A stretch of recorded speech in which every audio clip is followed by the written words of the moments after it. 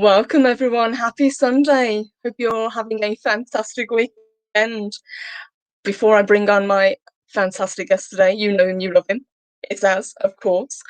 Uh, just want to say a massive, massive thank you to everyone who's joined today. And also, very bad Purple Valkyrie. On Friday, we had a fantastic show. I was joined by some amazing guests, and I missed some super chats. So, huge apologies. Let me grab those first. So, hello to everyone. Happy Sunday. So, first of all, we had one from JPRPH1. He said, congratulations on 1 year, many more to come. Cheers. Thank you, sweetheart. We had a $10 super chat from Rod Thunderheart. He said, Loki is right. People are never who they say they are. They are who they've been all along. And Purple Valkyrie, you're one of the most genuine people I've seen here. Thank you, sweetheart. Really appreciate that. And we had a $23.99 super chat from Pod Racing Palpatine, which just came in under the wire. So my apologies. He says, wow, this alcohol is strong. So cheers to you, sweetheart. I appreciate that. Wow, guys, welcome. Huge thank you to everyone who's joined, to everyone who is new. Hi, I'm Purple Valkyrie. Massive thank you to everyone in the chat. But let me bring on my guest. I think a few of you may have heard of him. You know, he's kind of shy. He's a little bit retiring with his opinions, but we might be able to kind of coax something out of him if we all give him some encouragement. So let me bring on the one, the only, as HeelvsBabyface. Hi. Hi. How you doing? Doing well. How are you? I'm all right. Shy as always. What's with the glasses on? I'm protecting myself from the sun. After quite a long week of streaming, the eyes get tired, and then I have this sun just bearing down on me. Yeah, I need to just give the eyes a little bit of a break. Put my glasses on.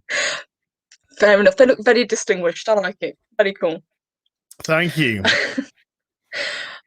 Before we kind of jump into it, everyone has been incredibly generous, so I am going to grab a few more super chats if that's all right with you, sweetheart. So this one, I think you've got a fan as. So Depraved YouTuber. I wish my mum would stop sending super chats. Mum, stop it! Come on, you promised. Unbelievable. So, as the most sex-deprived YouTube, sex-deprived. Depraved or deprived? Sorry, deprived. I thought it was depraved. Oh, yeah, I did as well. Yeah. Oh, no. How did you know? It says, as the government has given us permission to go to the cinema tomorrow. Isn't that lovely? Yeah. Yes. I'll be off to see the first showing of Spiral. First, we get permission to hug each other, and now we get permission to go to the cinema. Yeah, that was a new one on me. It's like we weren't allowed to hug our loved ones. It's like, must have missed that memo. Sorry, guys. I was going to say something horrific. I won't. I will keep that in here, in a special place. Keep it in a special place. At the cinema anyway. What's to see at the cinema? There's nothing to see. There is nothing to see. Literally, there is nothing to see. The only thing that I probably would have seen had they have opened would have been Godzilla vs Kong. But no, there is nothing to see. Sorry, guys. I'm kind of excited about actually going to be able to sit down in a restaurant, though. That would be nice, you know, not being shoved into a beer garden. Yeah. In the rain. Where are we at the moment? Is it we're allowed inside, but we've still got to stay? I don't know. I just don't know where we are with all the rules. Well, we're allowed inside, but we can't actually touch each other. We have to wear a mask to get inside, but you can take the mask off once you're inside. So no, I'm just staying at home. I'm just staying in. I'm just doing what I've been doing for the last year and a half. I'm just not moving. Going nowhere. To be fair, I'm kind of in agreement with you. You know, it's just, no, it sounds horrible, but I haven't actually missed going out that much. I mean, concerts maybe, but that's about it. You know, going on holiday certainly, but cinema, Well, I think really with the cinema though, I used to love going to the cinema. The cinema was a great experience. You know, you go to the cinema with a few friends and you know, grab yourself a drink, grab yourself some popcorn, sit down, have a laugh. I remember going to see The Force Awakens. There was a bunch of us, like a big group of us. And my brother, who's probably the complete opposite of me, very, very healthy, very fit, introverted, you know, kind of shy in that regard with people. And I was like, hey, do you want to come along? Because, you know, we love Star Wars. You know, we love Star Wars. And I was like, do you want to come along with us? And he was like, no, it's all right. You know, I'm good. And then about, I don't know, I think something like 2 days before it came out, he was like, do you still have an extra place? And I was like, yeah, man. So he came along. So I think there was like 8 of us in total. So I'm sat at the cinema next to my brother. And I'm really chuffed that my brother's there with me because, you know, to get him out to one of these things is a miracle in itself. So that kind of made it really exciting for me. And then we were all just there watching the film and whatnot. Now it's like the last film I saw at the cinema was fucking Birds of Prey. The next question would be why. Well, but I was watching it to because I knew it was going to be a dumpster fire. Okay. And I knew that I was going to get a good video out of it to, you know, to do it. And so my mate, I brought one mate with me. So there was him and I. There was 8 people in the cinema total. And this is on release day. 3 couples, girlfriend, boyfriend, and me and my friend looking like a couple of gay boys, you know, just like that. We're off to see the fabulous girls. And then we're watching it. And I think we're 20 minutes into the film. And my mate just turns to me and he says, this is the worst fucking film I've ever seen in my life. And I was like, yes. Yeah, you can't. This is the cinema experience. Yeah, this is the cinema experience now. I think cinema has to evolve. Have you ever walked out of a film, or did you kind of just stick with it? Ooh, I nearly walked out of Last Jedi.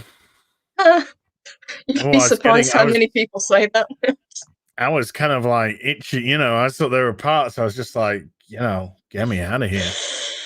And we were just, you know, we were just looking at each other. I think I went with a friend, and my friend brought a friend. I didn't know who that friend was, but that guy was. But he was a nice guy, you know. He was a nice guy when you met him.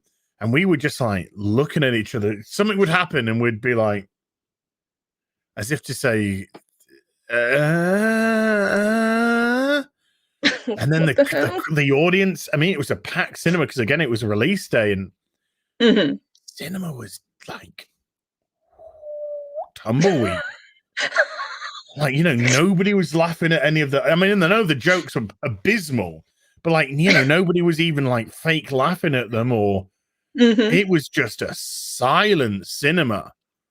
There was no sort of like, yay, or whoops, or, you know, the music comes on and people get excited. You know, even that before you've even seen a film. That bodes terribly. I mean, yeah, and then at the end, it was just the last film that I was in, Endgame. You know, not the greatest of films, but everybody got so excited. You know, everybody, you know, when he says "Avengers Assemble," everybody erupted. It's like. They've been waiting 10 years for it. They've been waiting 10 years for him to say it. He always got cut off.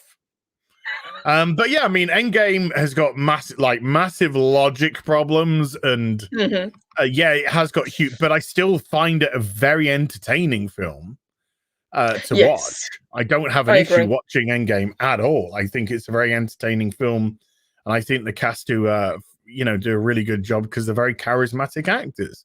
Yeah, there's huge issues when it comes to the plot and some of the storytelling and that kind of stuff. Sure, but it's still entertaining and it's still something I would watch in a heartbeat. Absolutely, but yeah, I didn't go to the cinema to see that. Yeah. So my last great cinematic masterpiece was Birds of Prey. Oh, that's just sad. Fortunately for me, the last. Exactly. I gotta admit, I did laugh. Yeah, just punched right out of the film. Just punch a bitch in the face, you know. The last film that I saw was Joker, so you know, I think that goes how far sorry, back. What was it? Joker was the last film that I saw in the cinema. So, I mean, not a bad one to end it on, but still. No, I saw that with the same friend that I went to Birds of Prey. Taken to a good film to kind of make up for it. But we went to the like local cinema to watch Birds of Prey. To see Joker, we went to the posh cinema, which is like Birstall, Leeds. Because like at the back they have like proper leather reclining seats and stuff.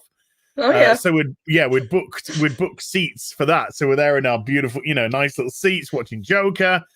Was a phenomenal film. And we ended up leaving that going, God, that was, that was something, wasn't it? That was something.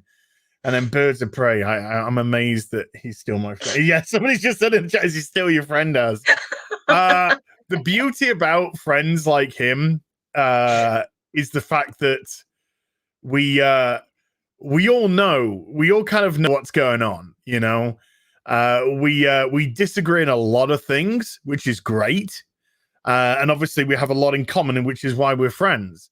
And he knew that this was not going to be a good film, but I think he was shocked exactly how bad it was. And if you think about it, that's $100 million. Oh yeah. Given to some bint who hasn't got any experience with films or budgets of this kind at all.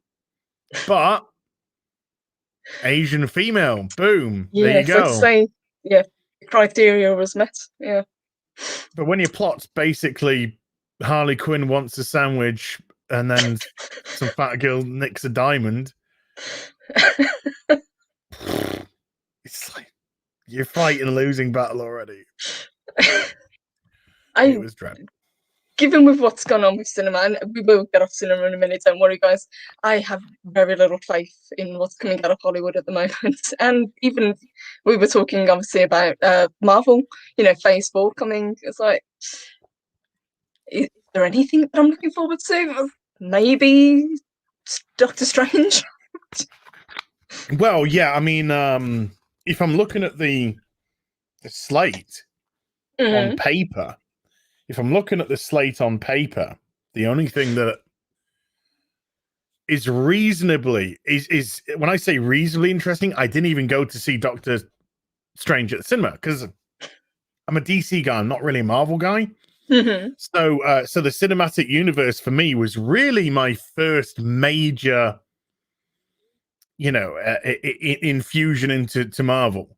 I'm aware of Iron Man and Spider-Man and all this kind of stuff. And when I was a kid, I used to read Spider-Man when I was a kid.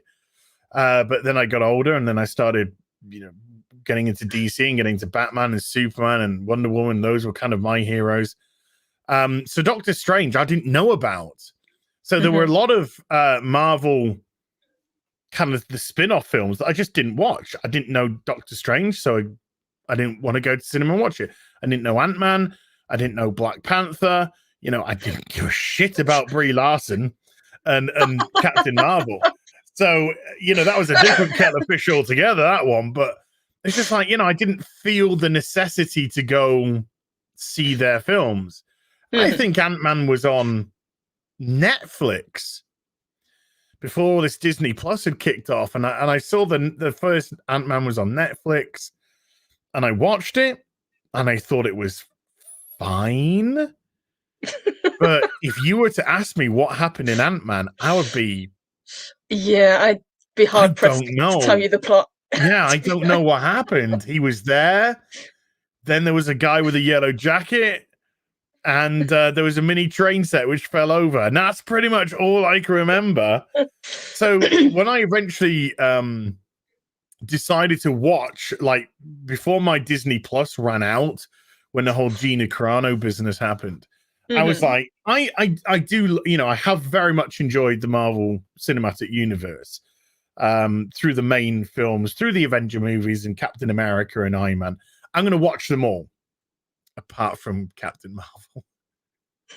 So I'm gonna watch them all, and so I got to see Ant-Man 2. I'd already seen Doctor Strange by then because I think that was on something else. But I finally got to see Ant-Man 2, and again it was like, it's fine, but don't ask me about anything that happened in it at all because I don't know. It was in one and out the other, and that's the kind of, and then that unfortunately is something which I think the spin-off movies have suffered from, is the very forgettable. Yes. Just like Birds of Prey was. I saw on Twitter, I think it was even today, that you said you've just watched Shazam.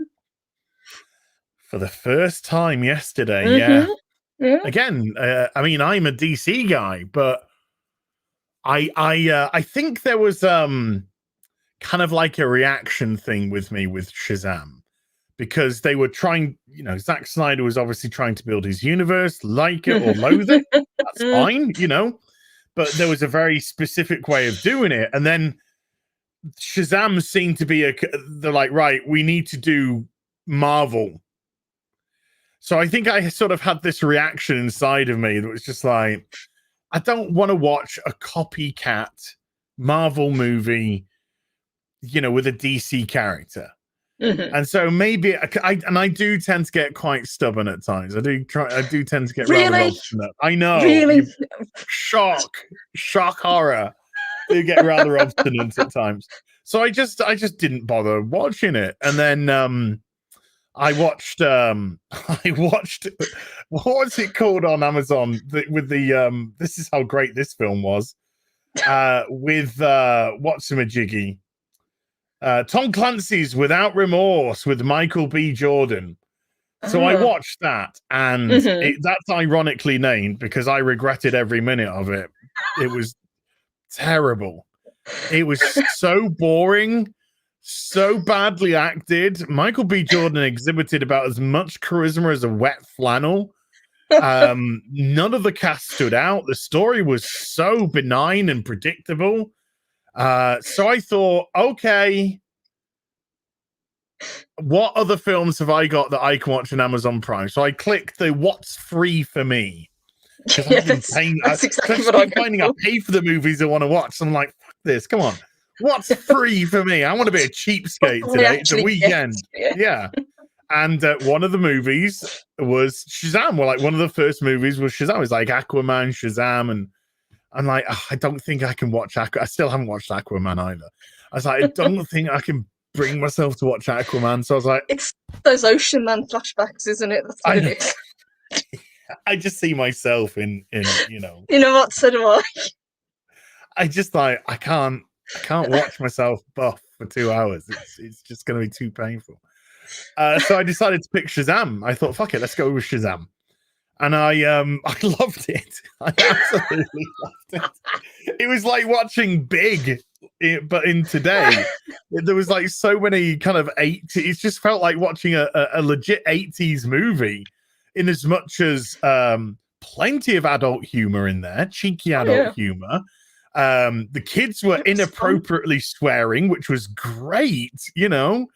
The villain, I love Mark Strong as an actor. I do love Mark Strong as an actor. Yeah, and I do thought he had some rather fun moments in it as well. Zach, what's he called? Zach. Yeah, I know who you mean. Yeah, him. I thought he played Shazam really well, and you could really feel the synergy between the kid version of Billy Batson and him as an adult. As for Mira. together Thank you, forever. Thank you. Yeah, like, it was completely. There was Zachary Levi. Thank you, Zach Levi. So there was no identity politics at all. Yes, they had a diverse range of kids but it kind of works. It was a foster family. And you can imagine, you could just imagine that there would be lots of kids from different. I don't know why they wanted to make one of the kiddies gay, but okay, whatever. We're not going to touch that. But it was, but it still actually turned out to be a rather funny throwaway line when they're all coming out the titty bar. Don't ask.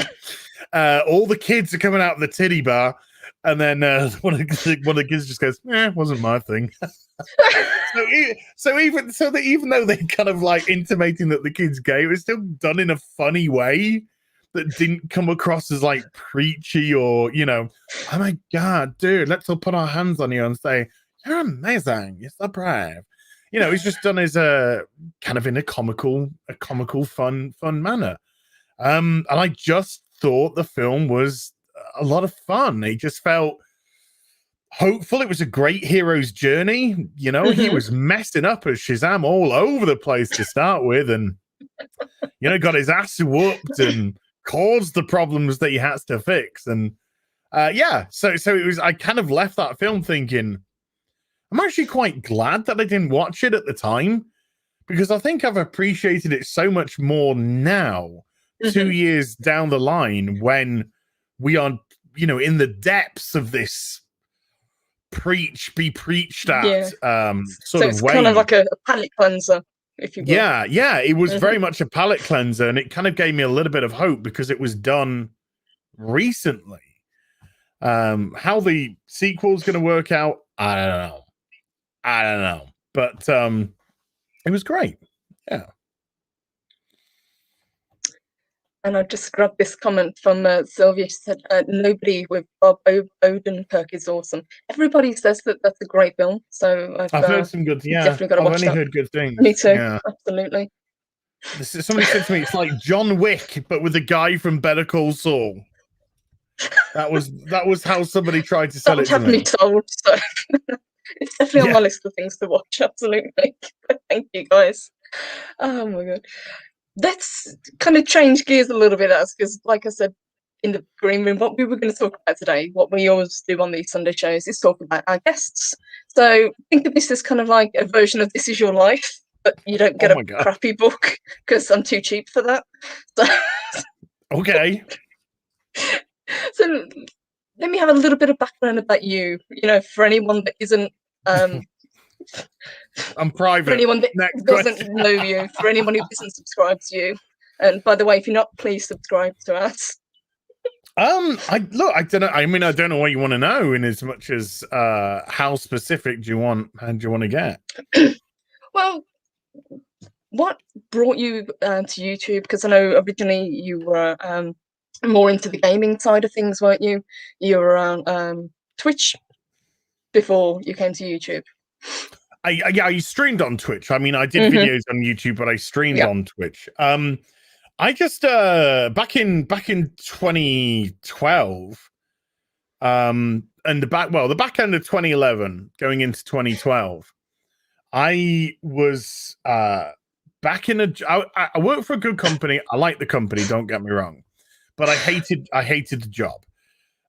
Because a few years prior to that, I'd promised myself I never wanted to get back into sales again, because it was just something I'd done for so many years, and sales is such believe it or not, an unrewarding job. You hit your targets, sure, you get your commissions, but it's every month, and it's again and again and again and again. The more you hit your targets, the more they raise them. So it's always like an uphill thing that you're kind of fighting against, and I don't like doing it. I was good at it, but I just didn't like doing it. And I just thought to myself, I'm getting to an age now where if I don't do what I want to do for a living, or if I don't try something different, I'm never going to try anything. I'm just going to be some guy sat behind an office chair for the rest of my life. That's who I'm going to be. I'm not going to amount to anything. I'm not going to attempt any goals in life or anything like that. And I liked the idea of YouTube. I thought, yeah, I'm a gobshite. You know, I'm a gobby Yorkshireman who can't keep his trap shut or his opinions to himself. So I kind of quite like this idea of YouTube, and I was playing a lot of World of Warcraft at the time in my free time, and watching a fair bit of Total Biscuit when he was doing his breakdowns of the upcoming World of Warcraft expansions. And so I thought, yeah, I like this concept. I like this concept of creating a YouTube channel. I had various ideas about what I was going to do, which never came to fruition. I was going to create this YouTube channel, and I was going to play Diablo 3 as well, and then use the real money auction house in Diablo 3 to sell stuff to make money. So the plan was to play that in my spare time, make money through the auction house, do YouTube videos, become a megastar, and you know, the world's my oyster. So I 2012, yeah, it's RIP TB, and it was April the 10th when I 2012 that I created the account HeelvsBabyface on YouTube, and then I purchased I think it was Fraps, not Faps. That's that's a Fap. Fraps. I think it was. It's a completely different channel. Yeah, that's a completely different game altogether. Usually played in private. Fraps. I think it was Fraps software, which is like video capturing software, game capturing software. So I could capture the World of Warcraft footage. So I did a couple of Faps. Yes, there's the new show starting next stream. So I got this. Like, yeah, just come in. I'm just there fapping. The camera's on. Oh, it's been on the whole time. Oh, okay. And then so I did a couple of test runs of recording software, recording footage, and then I on the 13th of April 2012, 3 days later, I put out my first ever video for YouTube, which was this god awful, terrible,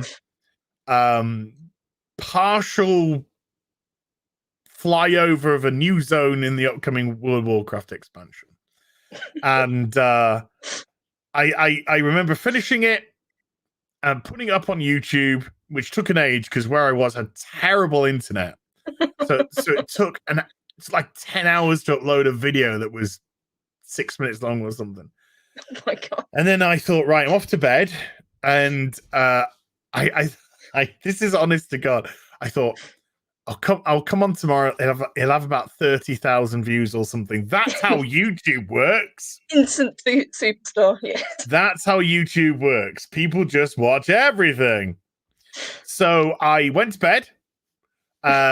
Next day, I turn on everything. Quite excited to see how have we done. Oh, and 30, 34, 36 views in 24 hours. And I was just like, ooh, this YouTube business is going to be quite tough.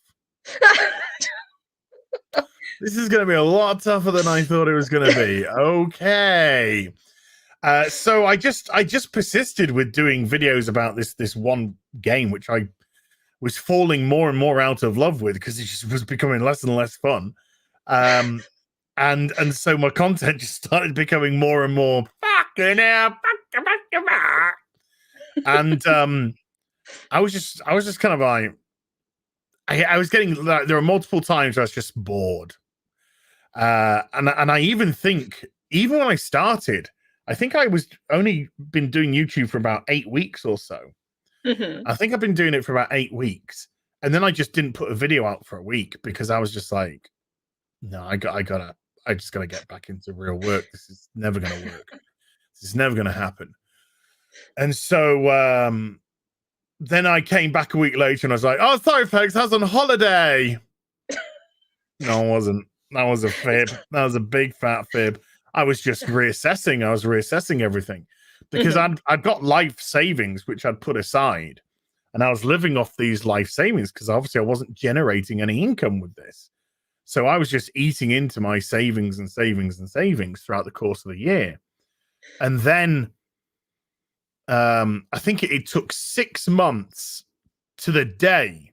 It was actually the no, near enough to the day. I think it was September the 11th, actually. So 6 months nearly to the day that I got 1,000 subscribers. So that's how I got my first 1,000. Took 6 months, and it was just like, and I was making no money. I was making like 30 quid a month on YouTube. So I'm making no money at all, and I'm living off my life savings, and I've been living off my life savings now for 6 months, and you still, for the first few months, you still kind of live your lifestyle as if you have been living your lifestyle. And then you kind of come to the realization, no, I can't live my lifestyle the way that I have been because this money is now finite. This isn't coming in every month. This is my finite life savings. And when it's gone, it's gone. And then it got to the point where that was getting pretty low. So I ended up selling stuff in my house. Like I sold my Blu-ray collection. I sold my my Lego Star Wars stuff. I had like AT-ATs and Millennium Falcons and all these wonderful things, beautiful things. My first ever hot toy that I'd purchased, which was the Jill Valentine, they all had to go. They all had to go to supplement my YouTube because I knew that the money was going to run out in about a year. And it was around about then that my old boss called me up, and he was just like, "Hey, dude," he's like, "Look, we didn't want you to go, and but they'd always said that. And I'd already said to them even when I left, I was like, I do like the company, but I just can't do this job anymore. If I could find something else to do, and I did give them options about where I could potentially move in the company, but and he was just like, look, this guy in the company, he's thinking about moving into this role. If he moves into this role, then it's going to open up that role, his role. Would you be interested in that role? And I was like, yeah, I'd be interested in that. So I was like, okay, this is great. This is hard work. This is not working out. It's taken me 8 months to get, 1,200 subs or whatever. Now, I was generating, £30, £40 a month. The grind is real. Yeah. It's just like this is like hard work. And you got to pretend that everything's great and successful and fine, And I wasn't streaming. I didn't stream until I think a year and a half later. That never came to pass. It never came to pass. So the guy back at my old company decided to stay in his role. And so he never freed up the role. So nothing happened there. So I could no longer live. I was living in a nice apartment in the town center, and I could no longer afford to live there at all. And I was starting to worry. And luckily, I have good friends. These friends we were talking about earlier. I got good friends, and we look after each other. And so one of my friends said, "Look, come leave here, move in with me, which is actually this house. Rent the attic, but I won't charge you any money until you start making some money." Okay. So he said, so at least, you're going to have no outgoings. Yeah, you can start building. Use it to try and build up money on YouTube. And then when you can afford to pay, then we'll sort out paying back rent from when you move in. But his rent was cheap. He was just like, but you only have to live here for, I think the first rent he charged me was like 250 quid a month. To have the attic. Yeah, all in, no bills. That was all in. Or maybe it was like 50 quid bills or something. So 300 in total. It's something like that. But it was it's pretty damn lenient. Considering I won't have any other outgoings and I'm not living in this other place where I've got rent, electricity, internet, tons of stuff coming out.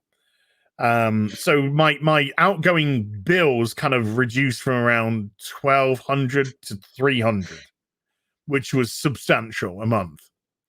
So I do it. We leave. We go to this house, which I now rent completely. This is now my house, and I'm up in the attic. Yeah. I'm up in the attic, and I just start. I've got nothing now. I am literally starting from scratch. I have a suitcase full of clothes, and that is pretty much my life. Everything was funneled, sold into trying keeping the YouTube afloat. So I stick with this one game, and I stick in this house, and things just get a little bit better, and they get a little bit better, and then suddenly, from earning £30 a month, I was earning, I know it's not great, £300 a month. Mm-hmm. And I've left a 60K a year job for this, So I've left a well-paying job to come to earn 300 quid a month. But it was just like, but the trade-off was, dream. Well, yeah. I mean, the trade-off was I loved what I did. Yeah. I was going to bed happy, and I was waking up happy. And on a Sunday night, I wasn't going to bed with dread that I've got work the next day. Where you get that pit in your stomach, you're just like, you're lying awake at night thinking. Yeah, and it'd be like that when you're at school, you kind of got it, and then when you go into work life, you kind of get it. And that had gone. That had gone. And it's incredible when that's removed from your life. The amount of pressure that comes off your shoulders just vanishes. And so even though I was making fuck all, and then it was going to my, like 6 months down the line, it was going to my mate anyway.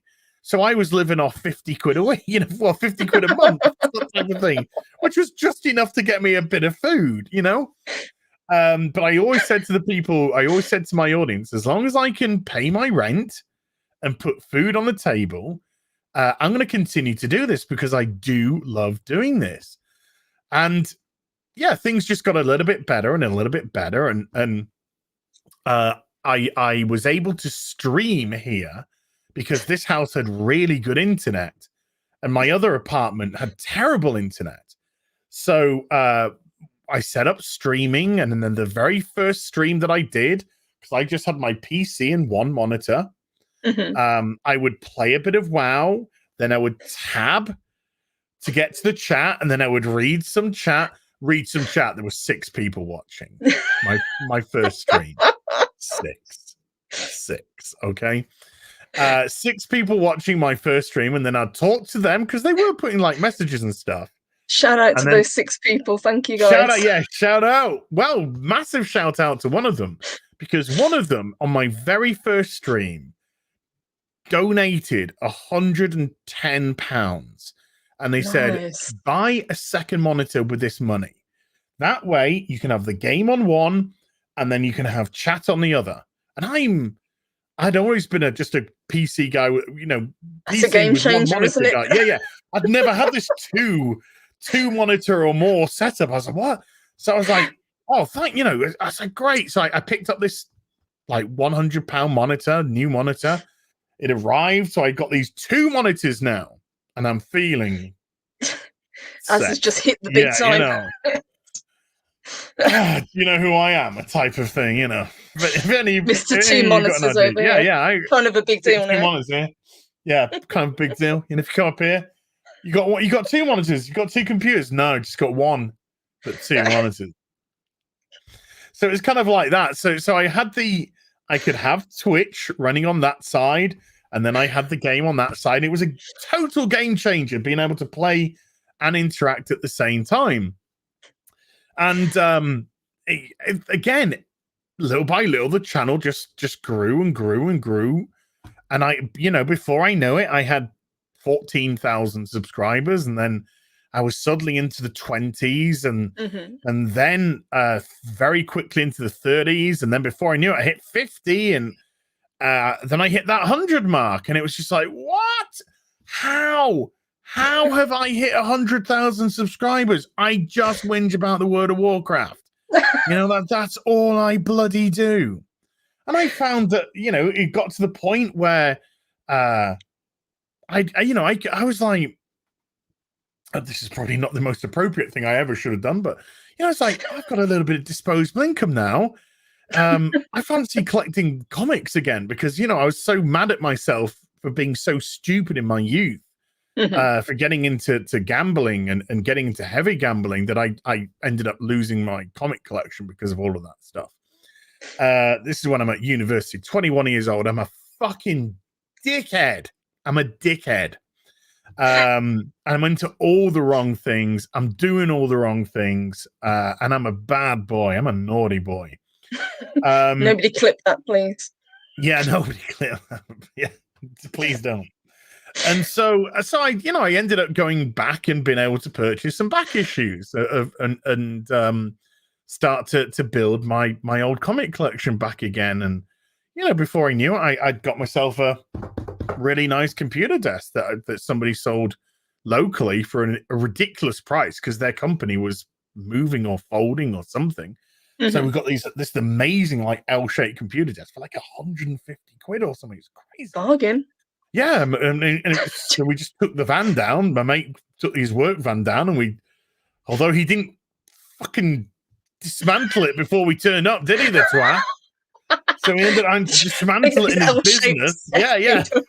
We had to dismantle the ruddy thing, stick it into the back of his van, then take it here, get it up to the fucking loft, then build it back up again. Holy shit. But it got to the point where I was really not liking WoW, the game that I was talking about. And the unfortunate thing was I had backed myself into a corner because that was me. That was my whole channel. My whole channel was just this one video game. And if I stopped doing the one video game, I had nothing. And it was at that point you kind of realize, oh, why didn't I diversify my content? Why? When I started YouTube, did I not just do general MMOs? Or why did I not do general gaming? Why did I just focus specifically on this one fucking game, which I no longer even like?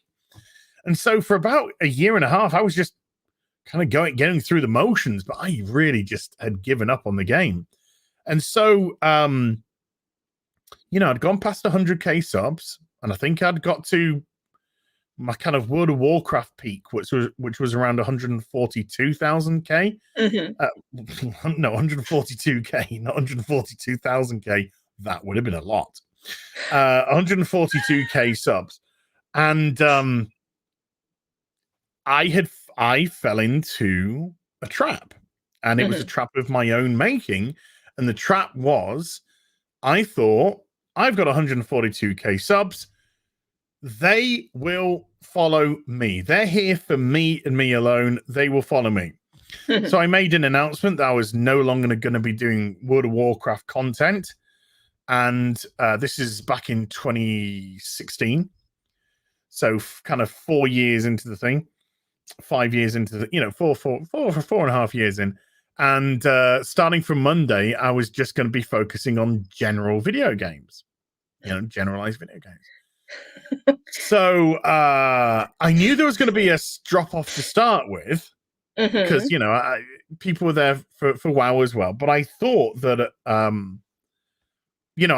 okay, it'll be all right. You were confident in your subscriber base. Yeah, I was confident that things were going to be okay. And then the drop off was a bit more than I thought it would be.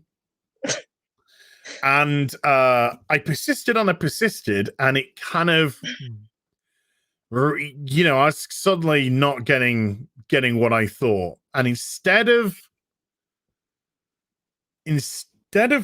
properly thinking about it, I ended up doing one of those stupid, stubborn, obstinate things. I was just like, fine. If they don't want the content here on Heel versus Babyface, I will stop Heel versus Babyface.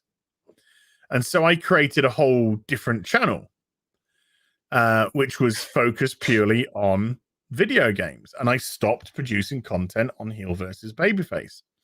So I think I got about 6,000-7,000 subscribers to come over to that. But I ended up getting, I mean, I'd be lucky if I got 1,000 views a video. You know, it was kind of like 600 to, and when you've been doing YouTube now for 5 years plus, and I've had a video which has hit 1 million views, and then you're getting 1,200, 600, 400, you know.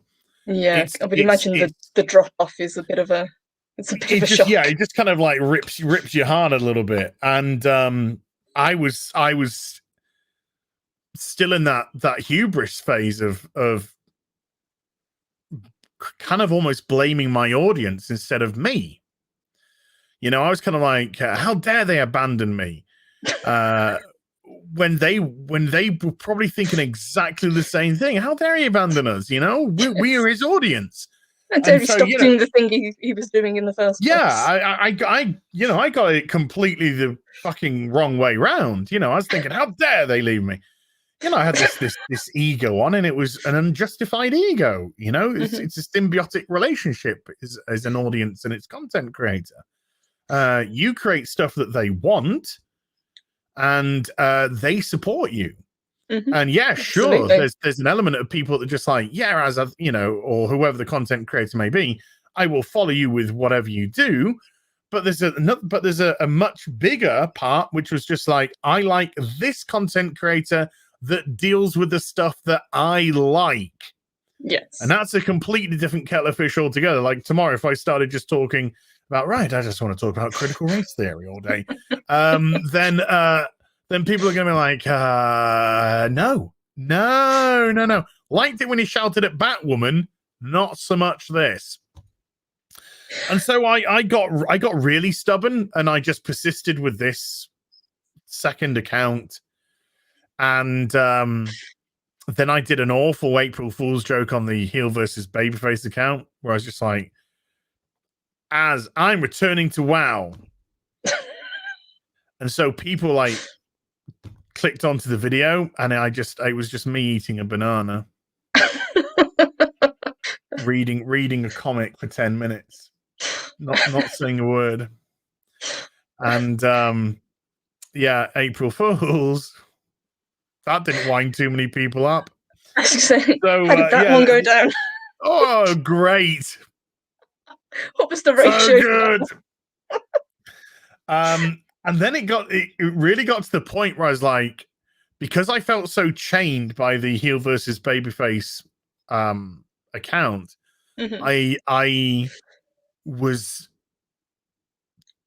literally 2 minutes away from deleting the account. I thought, if I deleted the whole account, then I can only focus on this and this alone. And I won't be chained by it anymore, and people can't put comments there, and you know, people can't find the content there because it would all be pulled down, because I will delete the whole fucking lot. Something, thankfully, my brain prevented me from doing that. And then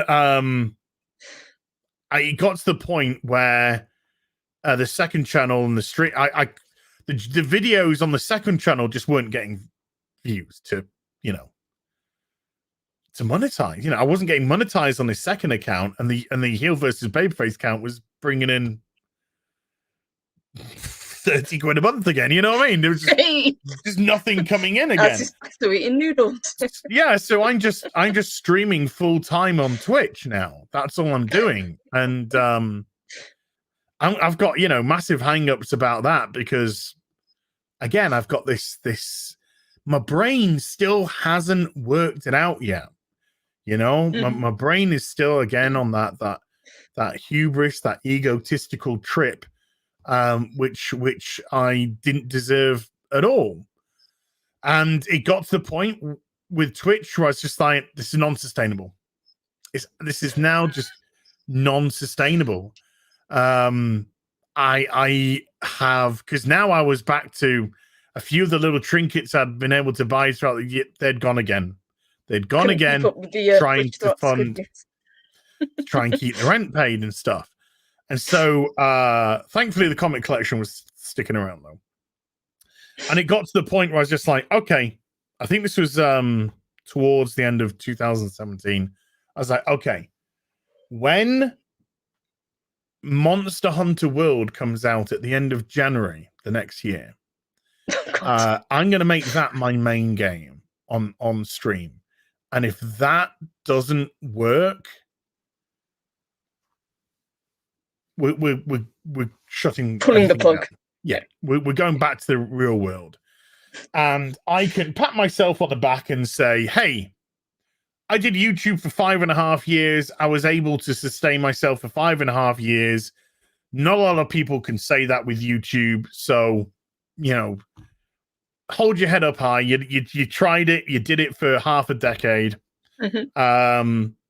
But it's time to get back into the rat race. And it was just and that was the end of October, and then within 2 weeks of that happening, Blizzard at BlizzCon announced World of Warcraft Classic World of Warcraft. They're going to re-release the very first version of the game from 2004 that people loved. And the chap who rented, who used to live here, I'm now renting the whole house, by the way. That's why rent suddenly got, rent and bills have suddenly got a little bit different. So he kind of like texts me and says, hey, look, did you see that they're releasing Classic WoW? I was like, yeah. So you have to do a video on your HeelvsBabyface channel about it. I was like, nah, man, I'm done with YouTube. I'm done. Not done with YouTube. I'm done with HeelvsBabyface. He's like, dude, people will want to hear what you've got to say. This is what you did. And I was just like, nah. And then he just sent this text going, you're a fucking moron. You're a fucking idiot. I like this guy. He's great. This is why we're friends. These are Yorkshire friends. This is what you do with friends. If you have to give friends tough love, you give friends tough love. And he's like, you're a fucking moron. You're a fucking idiot. He's saying this is the best chance that you're ever going to get to right a wrong, and you're just fucking around. So I was kind of like, don't talk to me like that, type of thing. and so I left it. I slept on it, I think, and then the next day I got up and I was like, how do I do a video? How? I haven't done a video on this channel for about a year, like a proper video for about a year now. And how would I even begin to tackle this audience? Number one, nobody's going to watch this video. If I get like 4,000 views in 24 hours, that'd be fucking a miracle, and they're all going to just be comments from people going, fuck off, ass, go fuck yourself. You've left WoW, so fuck off. No one gives a fuck about you. So all this was going around in my head. And so I was like, how do I start? Do I be apologetic? Do I just like, hi guys, I know I've done a video on here for a year, but I just thought I'd give him, and I just had all the soppy, this kind of shit going on. And I was just like, fuck it. Just be you. What would you actually do? What would cheeky you actually do? So I just started the video off by going, hi everyone, it's Az here from HeelvsBabyface. So what? I stopped doing videos on this channel. Nah, whatever. And then I just carried on with the video, and that was it. That's the only way that I was going to address it. That was the way that I decided to address the whole thing. And I just went into it as if it was a video. Blizzard announced at BlizzCon that they are going to release World of Warcraft Classic. So here's my opinion about it. So I do this video.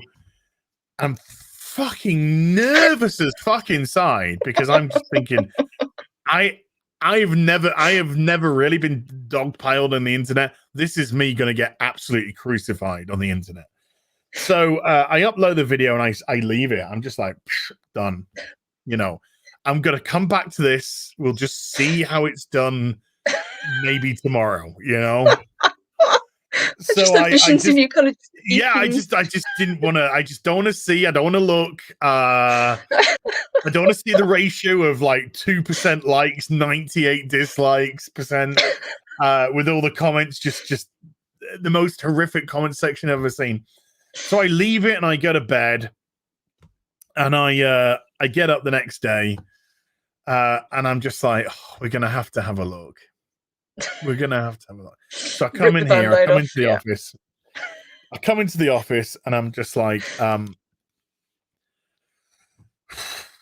PC on, go to the HeelvsBabyface channel.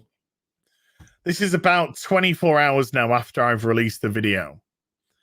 And it's got 34,000 views on it. And I'm just like, oh boy, I didn't know they hated me that much. You know, so I was like, oh my god, you know, great view, great figures for that, but what's my ratio? By the way, my subscribers have now dipped from like 142,000 to down to about 120,000 now. You know, 100.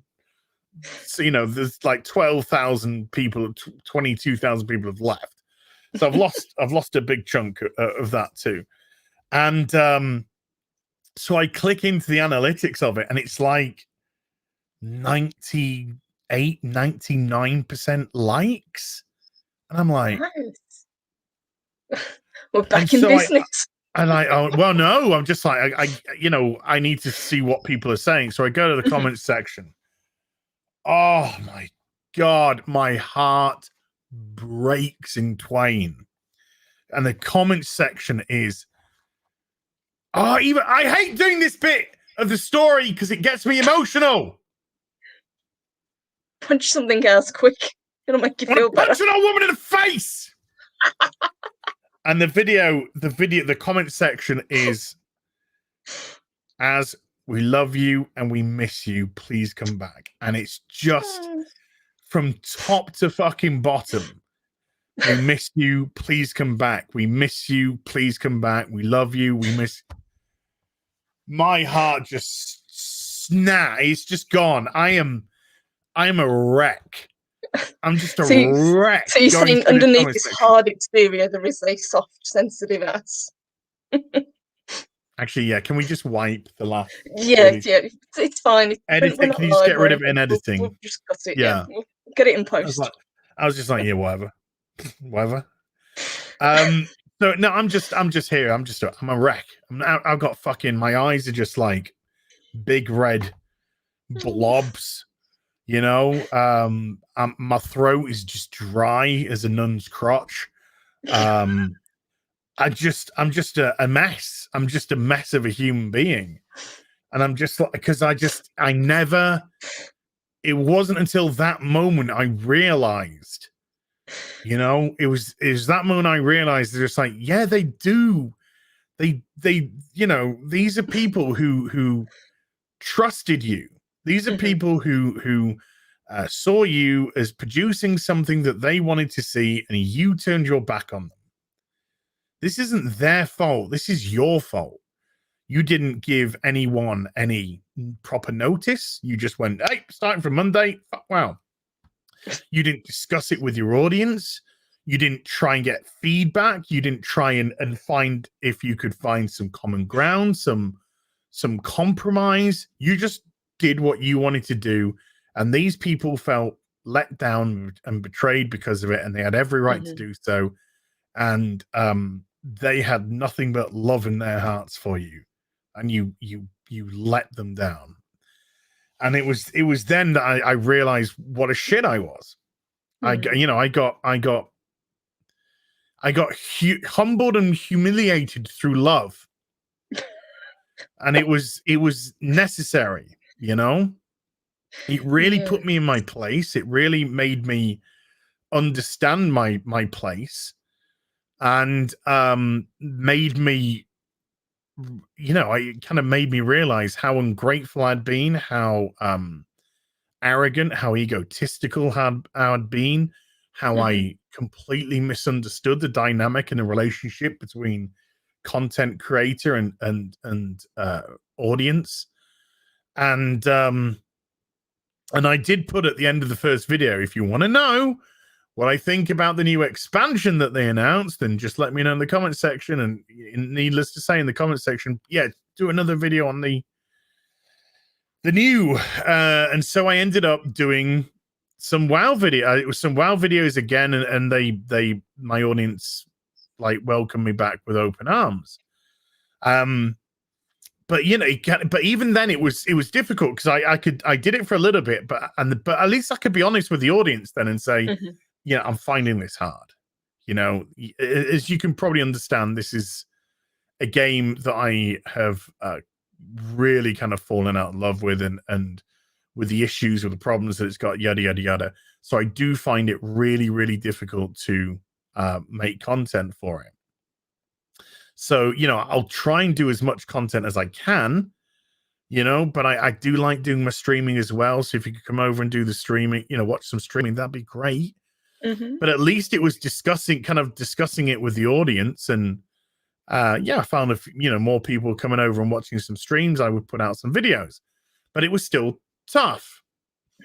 And then the next year, after kind of going through a tough year of reconciliation, and compromise, then the next year, November 2018, at BlizzCon, the ever giving gift, they announced Diablo Immortal, the mobile game, which everybody just got up in arms about because they're expecting this Diablo 4 announcement. They're expecting new IP announcements at BlizzCon, and Blizzard basically came out and went, we're making a shitty mobile phone game to appeal to China to milk you for money. And then when they got called out on it by that guy in the audience, is this an out of season April Fool's joke? Suddenly, they were just like, well, don't you guys have phones? As if that's the way that we want to get. No, these are people with really expensive PCs that want the next fucking evolution in gaming, not some shitty mobile phone game to milk their wallets and purses. And so that caused such a stink. I did a couple of videos on them, and those videos did like hundreds of thousands of views. And within a few weeks of that, within about 2 weeks of that, Bethesda released Fallout 70 shit, which was, complete broken piece of mess when it came out. And so I said to my audience, I said, would you, this is where I totally lied. I said, would you guys mind, but I did ask, would you guys mind if I did a video on the Fallout 76 situation? Because at least with the Diablo Immortal business, it was Blizzard related, so it's still connected to World of Warcraft through proxy.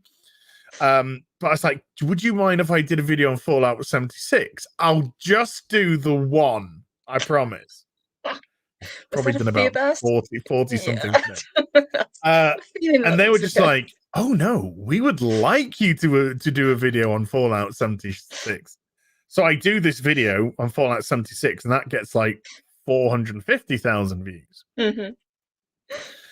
So that went down. That went down big, and suddenly the 20,000 subscribers which I've lost have just like they came back within that month type of business. And so I then said to my audience, I said, hey, would you mind if I went into more generalistic game discussion? And they were like, yeah. It's funny that you should kind of bring that up. I mean, obviously, the first time that we actually met, and you were talking about Doctor Who. Yes. So I didn't even know that you were that into games at the time. I was like, well, this is the evolution of the channel, you see. Because I've gone back up to like 130k, so 140k subs, and throughout the course of that year, where I ask you if I can talk about generalized gaming, I do these, and people are watching the videos, and the channel's growing nicely. Suddenly I've gone from 140 to 150, so now we're back to bigger than ever before. Then it gets to like 160 something, and then people say to me, because they know I'm a geek, and then I've like discussed my love of like Doctor Who and Star Trek and Star Wars, on streams and in videos in the past and stuff, but not done content on it. But then the Batwoman trailer came out, and people just like, oh, you've got to do, you've got to do a reaction to this. Yes, so I started doing the Batwoman, the Batwoman stuff. Yeah. And then I got to the end of 2019, and people said, "Hey, Az, can you review?" I got asked by my audience. Now, this was so good for me because my audience were essentially saying, "We want broader content. We want more broader content from you. We want you to branch out."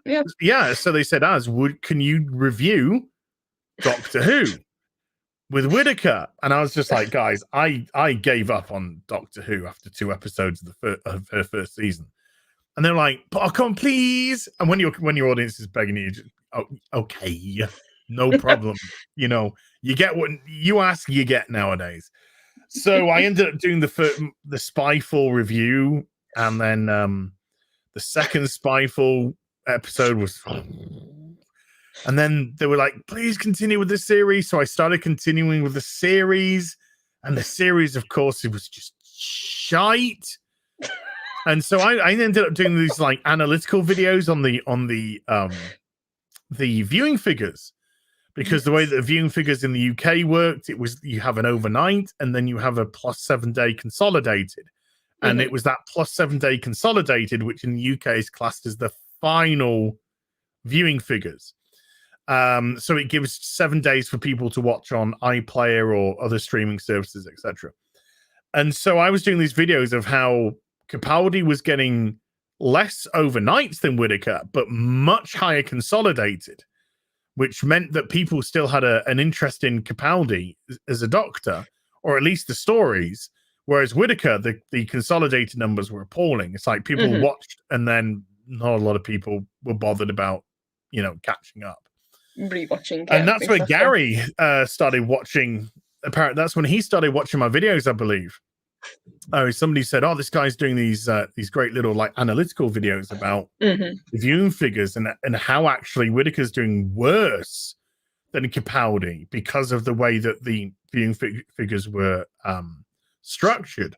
And it was Bowstrek who started following me on Twitter, and then he kind of like had tweeted at me a couple of times saying, I like your Doctor Who stuff, dude." And I watched his stuff. So it was quite funny because I was already watching Bowstrek's Doctor Who stuff anyway. And I was already very aware of Gary because I used to watch Gary, doing Nerderotic stuff like the previous year, all throughout the previous years when I kind of like discovered Gary. So although I didn't watch everything that he did, when I found something that I liked, some topic which I liked, like, oh, Gary's talking about Doctor Who, or Gary's talking about Star Trek or something. But because I'm not like his level of Lord of the Rings, so I was like, I wasn't watching like the Lord of the Rings stuff or whatnot. So, but I was very, very aware of who Gary was because I'd watched his stuff.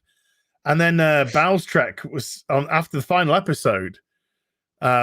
Bowstrek tweeted out or something saying, "I'm going live on stream now to discuss the finale of Doctor Who." Now, I thought he was doing it on his channel. And because Bowstrek and I had like swapped messages and tweets and stuff, I thought I could be a little bit cheeky with him because, we're obviously discussing. So I sent him a DM and I was like, "Dude," or I sent him a tweet, whichever one it was. I either DM'd him or tweeted saying, "Dude, put me in the put me in the team coach. I'm ready." Because, I was wanting to discuss this Doctor Who fucking finale because I was out the ears. But what I didn't know is that he was actually streaming on Gary's channel, on Nerderotic's channel. So anyway, he DMs me and he goes, "Oh, hang tight. We're going to get you into this stream. I'll send you a link soon." And so eventually this link comes through and I go into the fucking day I decided to shave. I decided to shave that day and wear an orange fucking... Don't ask. I look like the fucking Tango Man. And so nobody outside the UK will get that reference. Yeah. Just think of the Kool-Aid person, but orange. And that was basically me. And so, yeah, I get this link to go into this stream, and there's Gary, who I didn't even know was going to be there because I didn't know it was his channel. Bow's Trek, and there was Starry Eyed Girl, and then myself. And so I was like, I know you. Yeah, I've seen your stuff, and Gary was very nice and rice and pea. And so we ended up talking about the Doctor Who finale and whatnot. And it was a fun stream to do. It's like a really fun stream to do.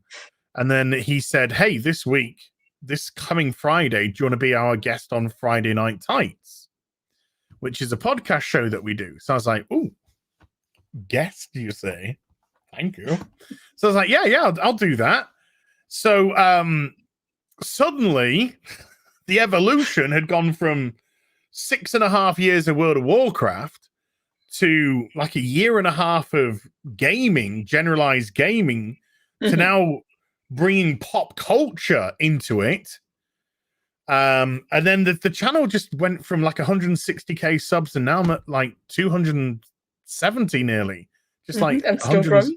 Like 180 subscribers off 270k. Just so saying. So I had this like huge leap in subscriber numbers over the course of the last 18 months with this addition of pop culture. And it was like October of 2017, I was done. I thought it was over. I thought 5.5 years on YouTube and good effort. And here I am now. May 2021, so still less than 4 years after that, not only still on the platform, but now bigger and doing the best things I've ever done. And that's perseverance, that's endurance, that is luck for sure. But I had to learn the hard way. And so what I did realize is that you have to be open. It's more than that, though. Yeah. Well, like I think it's more than that. In what sense? Well, you were talking about your audience. The one thing that gravitated me towards you was that you're always happy with your audience. You were always grateful for anyone who turns up.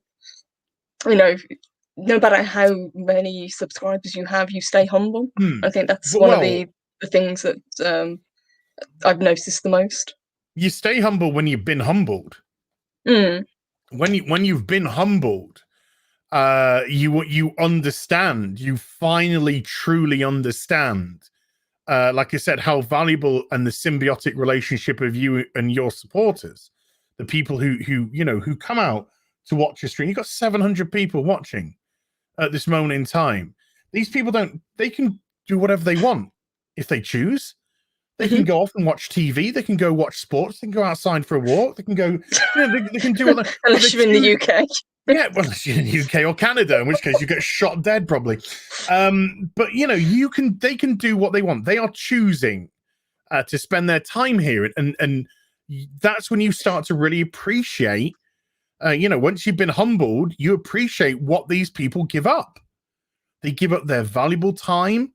They give up their valuable energy. They give their support to come out and watch you. And when you get that ego and you think you're better than that, that's when you're wrong. That's when you get brought down to earth.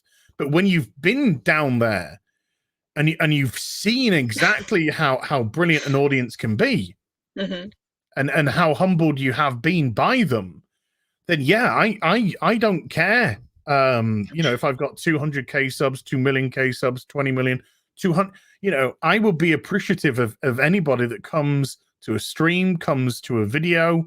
I'll be appreciative of all of those because they have chosen to give their effort and energy to me. That's really sweet. I love that.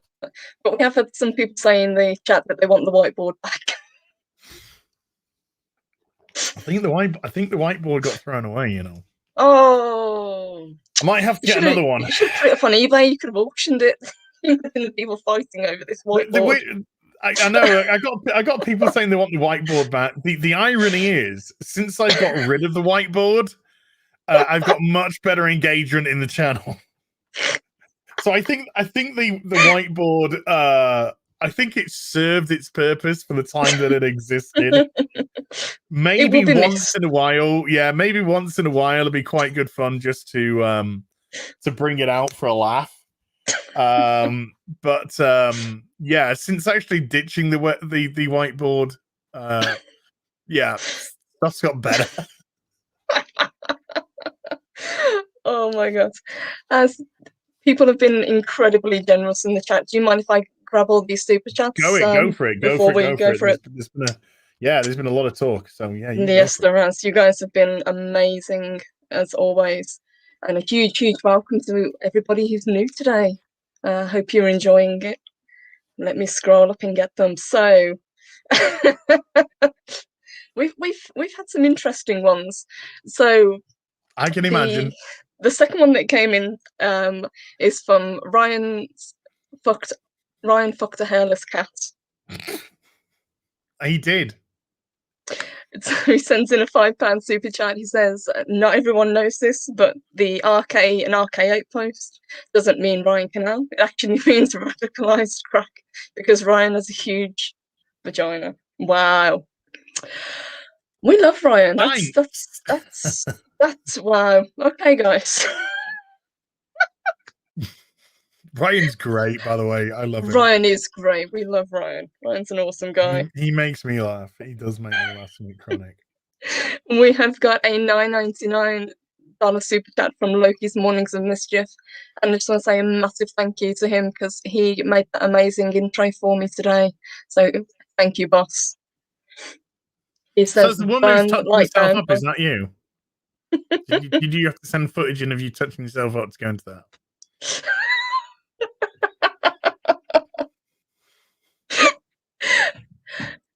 I like to think that it kind of covers all aspects of Purple Valkyrie. So it covered plenty of aspects, I'll tell you that. He said, "Burn that like down, guys." Thank you, Loki. We have got a 149 super sticker from Derek McManus. See a hot dog. Ooh. Hot dog. Thank you, Ass. We have got a 99-cent super sticker from Loki, and it's a hot dog. Oh my lord! Hot dog. You're not going to get away with not doing the hot dog. I know. They want the hot dog. They want the hot dog. Man of War 665, neighbor of the beast, he sends in a $6.65 super chat. He says, would bet cash money that even Purple Valkyrie couldn't hit the pitch of those war cries. They're manly. They were manly. They're manly, man. They Come were. on. But Steven Seagal sends in a $2 super chat. He says, when's the 1/6 scale of the Lion Bush coming? The what? Lion Bush. Lion Bush? Mm-hmm. What are you talking about? I have no idea what he's talking about. Lion Bush? Mm-hmm. Am I missing something here? It Lion Bush. And we'll get context from Stephen for that one. Yeah, can we get some context, please? Because I'm lost. Deeply, truly, and utterly lost. I've got a $2 super chat from Buttcrack Media. Thank you, sweetheart. He says, hello to my favourite ginger, and also hello to the Fab Ass. I was going to say hello to Purple Valkyrie as well. Eric K, one of the awesome wrenches, he says, Purple Valkyrie, I think I've seen this guy before. He is a bit shy, but maybe you can bring him out of your shell. We're trying. Like I said, as he doesn't have much to say, but we can kind of coax him a little bit to give his opinion occasionally. Well, I mean, with the Friday Night Tight stuff, I got asked on as a guest, and then I think the next week, someone's on the next week. And then the week after, I got invited back on again as the guest. And then I don't think I've left the show since. I just got turned into a co-host somewhere along the line, It just happened, but we're very glad that it did. Yeah. This is a hell of a way to get into a podcast show. Oh my gosh. We have got a 149 Canadian super sticker from Chris Persia. Also a hot dog. Oh. Hot swag. Thank you, Az. Appreciate it. Muscle Beauty. He sends in a $2 Canadian. He says, did somebody say fit? I'm right here, Az, brother, with a flexing emoji.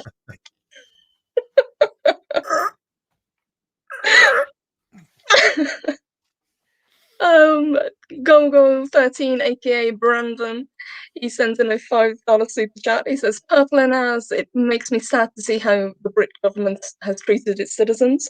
Makes me sad to see the citizens have taken it. Live long and prosper, my friends. Well, maybe. Depends if you get locked back down again. Yeah, there is that issue, you know, and it is a problem. I don't think we're gonna take it. I don't think so. Not after, you know, we've got this close and everyone's saying, you know, we're just on the cusp of, you know, having, if not normal, then, you know, at least normal adjacent that we had.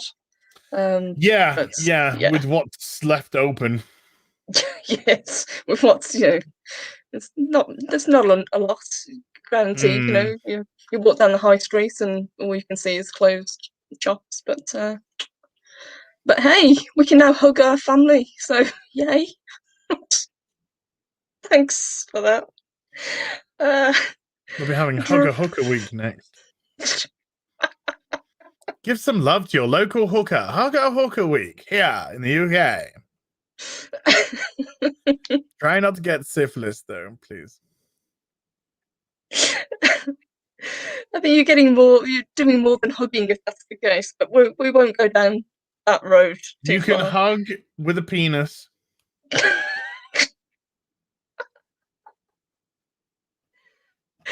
Dreaded Swan sends in a $4.99 super chat. Thank you, sweetheart. He said, I watched Jurassic World and people clapped in the cinema in Sheffield.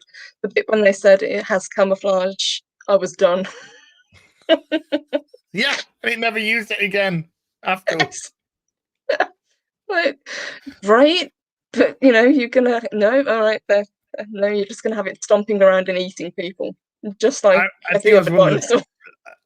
I was one of the, I don't know if I was one of the few people or what, but I just remember watching that film and going, that was fucking dumb. That film was stupid. I felt dumber after watching it, so I didn't watch the one that came after it. So I have no idea if they got worse. But I do love the first Jurassic Park, so. Oh, the first one's great. Yeah. Roger H sends in a $1.99 Canadian super sticker of a thumbs up. Thank you, sweetheart. Appreciate it. Fat Steven Seagal Gaming sends in a $2 Canadian dollar super chat. He says, hello, nurse. Hello, Warcry. Two amazing peeps.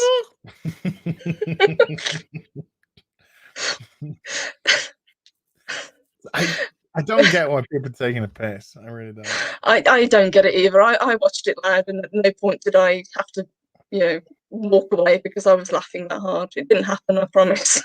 I'll give the chat an Easter egg, right? I'll give the chat an Easter egg. When Resident Evil 2 remake came out, I tweeted at PlayStation and edited a very small edited advert. I took their advert for Resident Evil 2. I took the front part and I took the back part, ripped out the middle, and I just put little clips of me screaming like a fucking baby. And then tweeted it at them. Who can find that and retweet and tweet it back at me, and I'll retweet it out for the world again? Because I can't. It's on the hard drive of my other PC, so I can't even be bothered to plug all that nonsense in. No, there you have it, chat. That's your homework. The first person to find that and tweet it back to us wins. And I will tweet it out. If you do, I will promise I'll tweet it out for all to see. Mr. Tickle Trunk sends us a $2 Canadian. He says, hello, Scrumptious. Also, hello, Purple Valkyrie. Wow. Break my heart. This shocks me. All right, gorgeous. All right, scrumdiddlyumptious. Right, darling. Yeah, thanks. Thank you, sweetheart. He hates it when I say thank you, so I say thank you as much as possible to him. Yes. Manor War 665 sends in another $6.65 super chat. Thank you, my love. He says, scene shown, discuss Bayaz and his ilk concerning Captain Bomb, Pop, and Wimpy Soldier. Put me completely off Marvel going forward. I'm good, thanks. Kind of agree with you, to be honest. I watched one episode of Falcon and Winter Soldier and just loped out. Nice. It was awful. No. Just say no, people. Just say no. It's okay. Just say no to drugs, kids. Just say no to Marvel at the moment, or Disney just say no. In general. Just say no to Disney, kids. Just say no to Disney. Just no. Phoenix Tangent, thank you, sweetheart, sends in a $3.99 super sticker, and it's the little Shiba Inu doing the bow. So thank you, love. SJ Almighty sends in a $5 super chat. He says, super sticker, sorry, sweetheart, and it's the Shiba Inu saying good job. Thank you, appreciate it. And SJ Almighty also sends in a $1.49 super sticker of a diamond. Thank you. Diamond, like you just kind of slide into Cockney. Because I know what these super chats are all about. Yeah, me too. Oh, the lovely little. It'll just be on my channel right now, just reading these out. You know, I recognize them all. Love it. Lorena Creole, hello, sweetheart. She sent in a $5 super chat.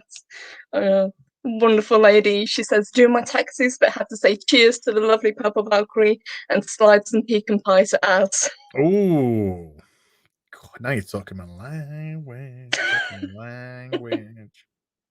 So that's what gets you excited. Okay. Some good southern cooking. Hell yeah. I had, for tea tonight, I had curried chicken, rice and pea with dumplings. So, according to the BBC, I'm actually now blacker than Idris Elba and Luther. Does that mean you're going to be the new James Bond? Well, can I identify as black now? I don't know. I don't know. I don't know how it works anymore. I am very, very confused with the whole situation. My Bond would be very confusing, though. It'd be licensed to eat pecan pie, you know. Bond, we got this serious business going on in South America. We'd really like to see you take care of. And I'd be like, oh, just kind of ordered a curry. Yeah. So, I don't know. After I finish the pie. Yeah, because I'm not going to lie, it's going to fill me up. I'm going to be a bit bloated afterwards, but I don't want to fall asleep because then you get all acidy and it's not good. And you wake up hungry and it's not good, but I'll think about it, And then we got the restrictions on travel as well. Yes. How do you get around that one? Yeah. We have the Queen and country. Not much of a royalist either. Oh my God. Yeah, I can fully see that coming. Actually, now that you bring that up, yeah. Poor 007, you will be missed.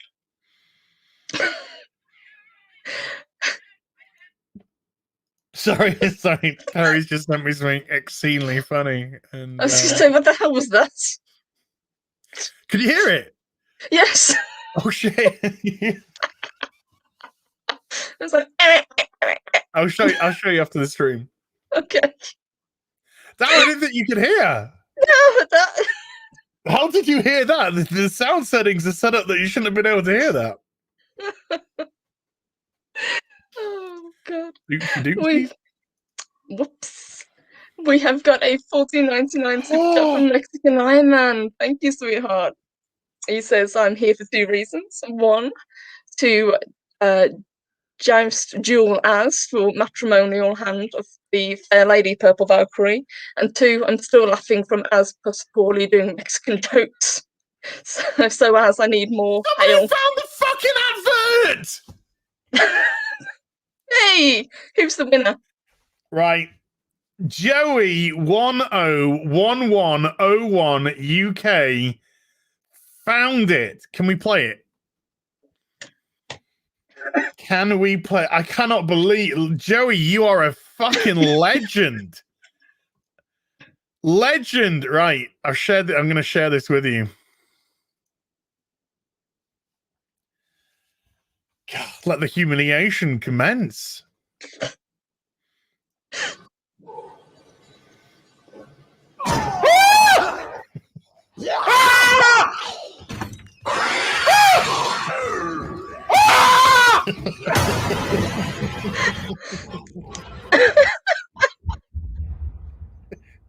For the players.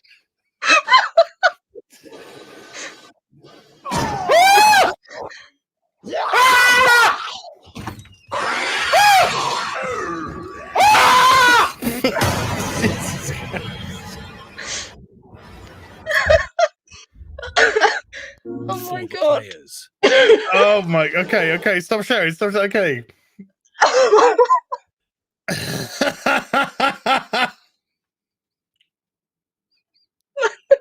For the players.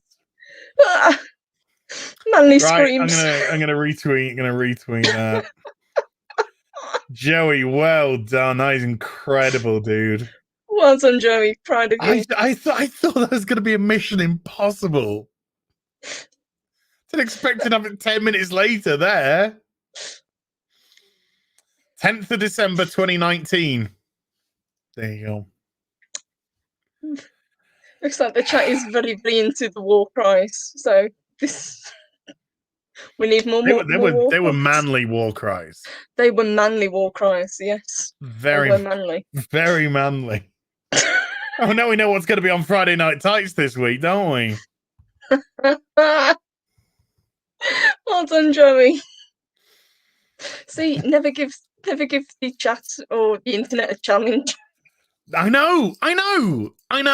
But yeah, well done, Joey, dude. We're really impressed. Really impressed. Really impressed.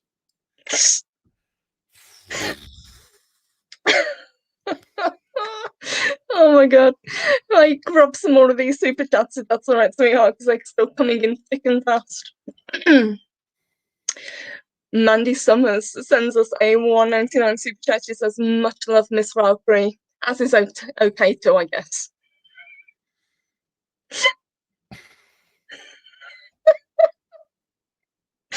Oh, thank you, Mandy. Thank you, sweetheart. Thanks. Thank you. You in the Steadfast sends us a Canadian $5.99 super chat. He says, not familiar with this channel. Hi, but I follow as, and he's mighty war cry. He's just a few more of them. Asking we shall receive. Yeah, exactly. Asking we shall receive. I see, you know, that last one when Mr. X comes around the corner and I just literally scream. That was 100. That is legit. I mean, I was just I had been running away from that twat for the whole game. And I was in a prison and I had zombies coming out of every orifice at me. And then he comes around the corner and that was it. It was just like, that's what I'm going to be like when they come for me. That's the noise you're going to get. Good to know. Oh, we have got a $5 Canadian super chat from Le Chavier. Sorry for pronouncing that. Thank you. He says, hello, Papa Valkyrie, new sub. Good to hear you. Hi. Hi, Az too, I guess. When is Az going to mod for you? Any chance for a BG3 or Celista playthrough? A BG3 or a Solister playthrough.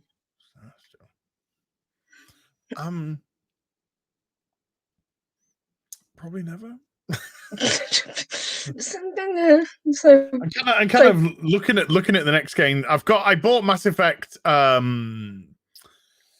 revamped or whatever they called it. I bought that and I've installed that on the PS5. So that could be the next one. And then there's the Biomutant, which comes out on the 25th, I think, for PlayStation.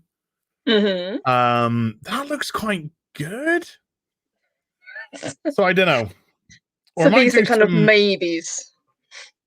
Well, yeah, I might do some Resident Evil Mercenaries, Resident Evil 8 Mercenaries, because that looks a bit of fun. I had like a 5-minute run on today, and I was like, oh, okay, this might be good fun. And I turned it off because I just wanted to get a taste. You know what I mean? Just a little taste.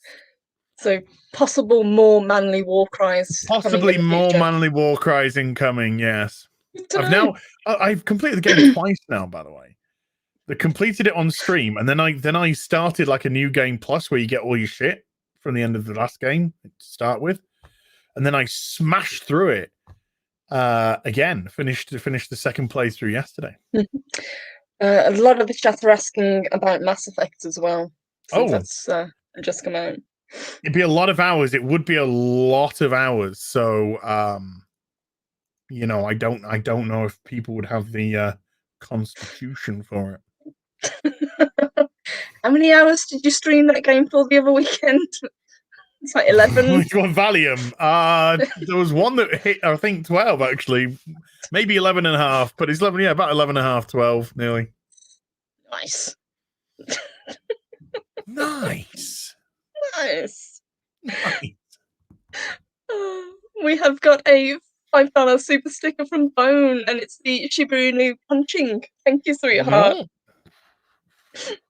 We have got a $1.49 super sticker from Loki's Mornings of Mischief. Thank you, boss. And it's a hot dog. Hot dog. Nikki D sends us a $10 super sticker. Thank you, sweetheart.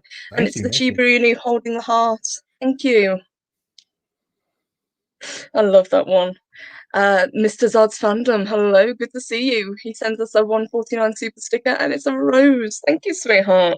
Oh, mademoiselle. Phoenix Tangent sends in a $4.99 super chat. He says, as recounting his story as a reaction to Brie Larson's first video on YouTube is why I subscribe to him. Love you, Purple Valkyrie. Love you too, Phoenix Tangent. That was a bit of a trip down memory lane, wasn't it, for the story of Az and how he became Babyface. It's been a while. I mean, it's been a while since I've like started from the very beginning. I've recanted various parts of it from various points in time. But I haven't done like a whole kind of ramble for long time. I appreciate you. Thank you. I appreciate you. What are the Toydarian sends us a £2 super chat. It says, hello, Purple One. That drink is still on offer. With a winky face. Max, relax. Thank you, sweetheart.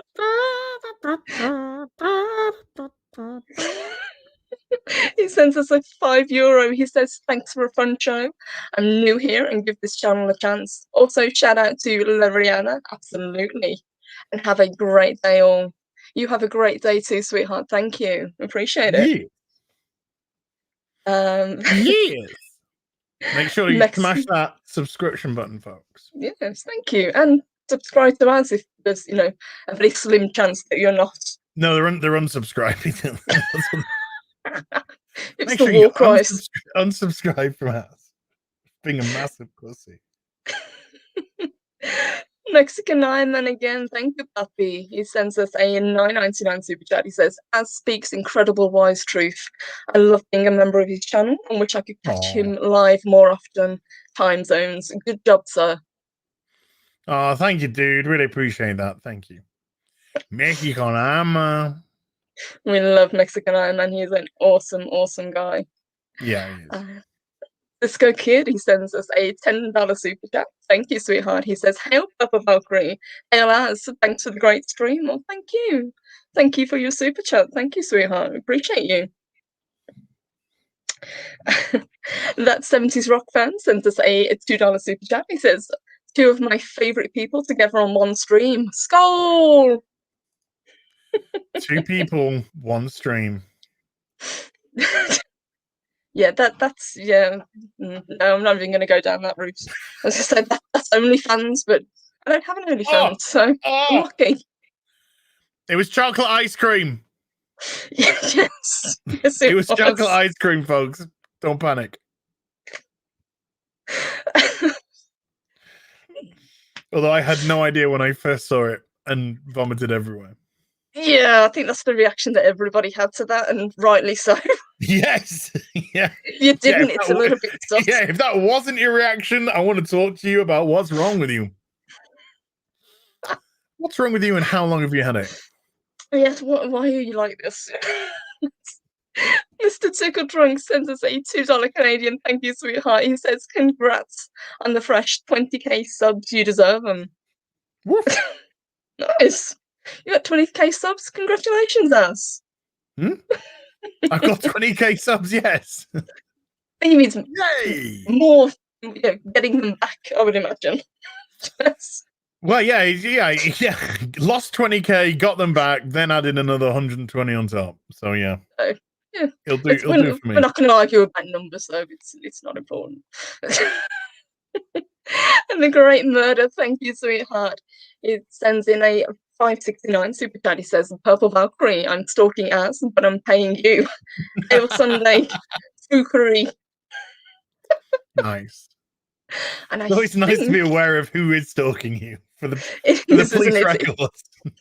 It's nice that they announced it as well. Yeah. So oh my gosh, you one guys. Of the suspects. Okay. Got them on. Yes. We've got a few more. Oh, you guys are so generous. Thank you, sweetheart. Ryan Canal's unsatisfied wife. Wow. You guys are mean. He sends in a £5 super chat. He says, "I'm such a racist, guys. I finished watching Equalizer, Fresh Prince, and about to start Luther. Just can't stop being a racist." Well, you're clearly just watching them to shout at the screen, so. Well, isn't that kind of why you watch Batwoman and that sort of thing, just to get your blood pressure up? Oh, the watching the viewing of Batwoman is purely for financial gain. You know, it's purely for the videos. That's it. If I didn't have to do that for entertainment for my audience, I wouldn't even piss on that show if it was on fire. So no, yeah, the audience love the meltdowns, and you got a chart-topping song out of it. Yeah, I got a chart. Yeah, but yeah, on a Monday, I think people are entitled to a laugh on a Monday, bit of entertainment on a Monday. So there's a part of me which looks forward to doing them because I look forward to the comment section and I look forward to the reaction that it gets. But as soon as the reality of it is, of course, because when I'm watching it, the camera's not on. I'm just me. I'm me doing this. So it's kind of like you put it on and you're just like, oh, for fuck's sake. And you're watching it and you're just like, oh fuck. And then it gets paused, and then you start reading some Twitter, and then you go down and make yourself a drink, and then you're just like, I'm just gonna go for a piss. I don't know if I need one. I just need to get away from the computer while this fucking trash is on. So you pause it, and you just go for a piss, and pretty much just like standing there. Like, Just don't want to go back into the room. No, I just don't want to go back. I just don't want to go back. And then you sit down and then Dougray Scott's just like the same as you. He's just like, I don't fucking be here either. You know? I just want to sit down, say a line, and I'm done. Okay, Dougray. Okay. But you are contracted for 2 seasons. I know that. Just give me the line. Yeah. If the sole consolation I get from this is that the audience isn't having fun, and neither are the cast, so everybody's miserable. Yeah, you can tell the cast. You can tell the cast are just like, this is so shit. This is so shit. They have to have those painted faces on when they're being interviewed for something. Oh my god, season 2 of Batwoman's just like been amazing. What do you think about Luke's struggles in season 2? And he's just like there going, bitch, I'm barely in the show. Oh yeah, yeah, the growth of Luke's character has been like awesome. Completely blank look. Next question. Don't ask me to elaborate because that was a lie. Oh, I'm glad we got to talk about Batwoman because that's one of the things that the chat has been bringing up throughout this show. It's like people love your Batwoman reviews. I gotta say, there's a very dedicated 30,000 people that come back every week to watch them. It was 45,000, but 15,000 got some sense. But no, if you can put out a video that's going to get 30,000 views a week, which just entertains the shit out of people, for 40 minutes, then that, to me, that's good. It's good stuff. It gives them something to laugh about. It gives just a little bit of enjoyment over something so unbelievably bad it hurts. Yeah. Who cares if I have to lose brain cells in the process, huh? Yes, who cares if you're slowly slipping into insanity? It's all good. Thank you, CBS. Appreciate you. Hold on, 5th episode. Which episode is it this week? Is it 14 this week? Oh my god, it's the critical race theory episode tonight. Enjoy. Oh. Chris Cook sends us a 149 super sticker of a hot dog. What swag? Thank you. Dreaded Swan sends us a 4.99 super chat. He says, as said, he's from Yorkshire, trying to zero in on his location. So, is it a back bun, tea cake, or bread cake? Also, sorry. What did he say? Well, it's tea cake, but okay, yeah. So he said, is it a back bun, tea cake, or bread cake? Tea cake. Also, Tinternet. Does that make sense? Tinternet. Yes. Yeah, I'm sorting out Tinternet. Tinternet's gone down. I wish it had gone down tomorrow morning. Guess what we call it here? It's called the Tinternet here. It's not called the internet. It's the Tinternet here. Oh, Tinternet. Oh, that's how it's pronounced. Mm-hmm.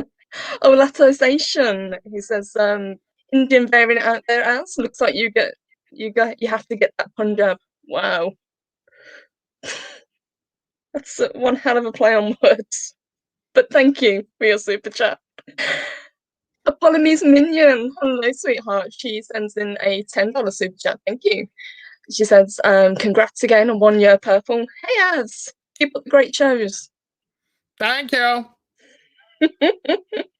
Matthew Sturgis, thank you, honey. He sends in a $9.99 super chat. Thank you. Az has a history of using his fake girlish screams to lure horrors into a barrage of bullets and doom. Can we confirm? It's true, yes. You see, the war cry lures them into a false sense of security because they think it's some fucking massive coward that gets scared by jump scares. And then they come around the corner and then they get shot. They get shot in the face. There is method to this madness. Nice. Yeah. Yeah, that's the story we're going to go with, and that's the one. Yeah, I'm sticking with it. I'm sticking with it. Okay. Alps, thank you, sweetheart. Sends us in a $2 super chat. He says, "As you're going to stream E3."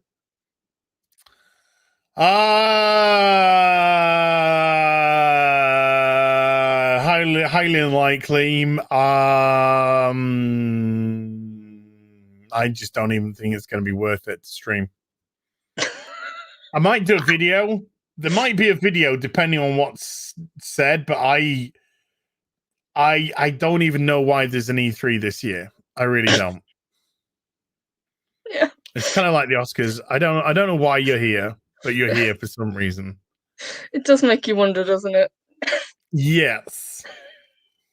But I was extremely heartened to see how few people tuned into the Oscars this year. And it's like, yeah, feels good. Yeah, it didn't stop them from being a bunch of wankers, though. No, but at least less people watched it, and it We're really is still turning gonna into an echo. to lecture you. That's what we're gonna do. You're very, very bad people, but please keep watching our movies and please, keep spending money. Yeah, absolutely. You're all pieces of shit and scum. We're gonna tell you how to live your lives from our palatial mansions. But don't you turn that off, fucking bitch. Well, we have a breakdown and, have to eat bread and, yeah. Ow, ow, ow, ow! Can we have a moment's silence with Gwyneth Paltrow, please? Because clearly she's suffered out of all of us and we just didn't know. Fucking slice of bread. And pasta. Gwyneth. And pasta, don't forget bread and pasta and drank wine. Stunning and brave. I can't. I mean, I can't say that I just slap her across the face. Yeah, they live so far beyond reality. It's just not funny anymore. So I just laugh and move on. She's always been a weirdo, though. She's always been a complete twat. That one. She has to act to appear normal in films. But if she wasn't acting in films, appearing normal, you'd get what she is, and she's a fucking lunatic. Remember when she split up with her husband, and they called it. They didn't divorce, folks. They didn't break up. They didn't divorce. They had a conscious separation. What do they call it? Yeah, something like that. Yeah, it's like no, we're having gonna and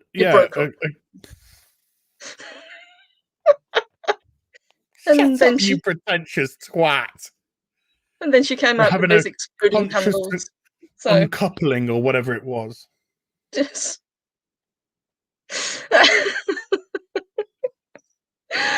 Goggle 13, thank you, Brandon. He says, I think they shrunk the boobs in ME Legendary. Sad. What? I cannot confirm or deny, but I trust you, Goggle. So, but would we be surprised if they, shrunk down the size of boobs? I'm very, very protective of my titties. You mean yours or in general? Well, not my personal titty bags. I'm talking about, when they get shrunk on purpose or covered up on purpose. Stop it. Stop it. Just give the people what they want. Boobs. But you're bad. No, you're bad for wanting that. Remember, these companies hate you. They don't like you. They hate you. But they still want your money. Well, they want your money, but they hate you, and then they're resentful when you don't give them your money. And then they just call you, what did Neil Cuckman say when people started criticizing his pathetic woke story 25 years into an apocalypse? He was just saying, it's really sad because the people who are making the most noise are the people who really probably need to hear the message the most. I would be a little bit more pretentious, please. I would headbutt the fucking nose off him. That's a joke. That was a joke for dramatic effect and not a threat. Yes, we don't support violence, so don't get your knickers in a twist, please. No. I wouldn't want to get. In reality, I wouldn't want to get within 100 yards because I fear I might be infected with something. I'm just glad that the game bombed as predicted. So whatever. Good initial sales, but I don't think it's had sustained sales at all. Oh no. At all. And now we're getting talk, of course, of a Last of Us, the first game remake for the PlayStation 5. I wouldn't buy it, even though I loved the first game. I wouldn't buy it because I love the first game as well. I have it on PS4. I wouldn't want to buy it again. I've played it. Yeah, fuck Naughty Dog. Number one, I'd be giving money to Naughty Dog. Number two, I bet you they tweak a couple of things in it to marry the story together from the second one, because of course it didn't make a lick of fucking sense. And number three, fuck Naughty Dog again. I think that's the most important point, so it's worth reiterating. Yeah, absolutely. Yeah, the most important thing that we can get out of this is fuck Naughty Dog. We have got a 149 super sticker of a hot dog from Joey101 UK. Thank you, sweetheart. What? Zorg. That's the guy who found the Resident Evil 2 clip. He did, and well done. Nailed it. Thank you. We have got a 99-cent super sticker from Dagger Outlaw. Thank you, sir. Which, can I just say, is now in the hands of Perry Chan. I had a sneaking suspicion that was going to be the case. Dread to think what's going to happen next with that, to be honest with you. Oh, Perry Chan's a genius, though. So whatever he makes, it's going to be epic. Oh, hell yeah. We have got a $4.99 super chat. Thank you from my awesome mod, Mark the Infinitely Tired. He says, as versus Jeremy round 2, this time Odin needs to be eating spicy chicken wings. So what? Jeremy and I just need to get into an argument just so Odin can eat something different. Yes, exactly. Oh. Give the people what they want. Give the people what they want, which is hot wings.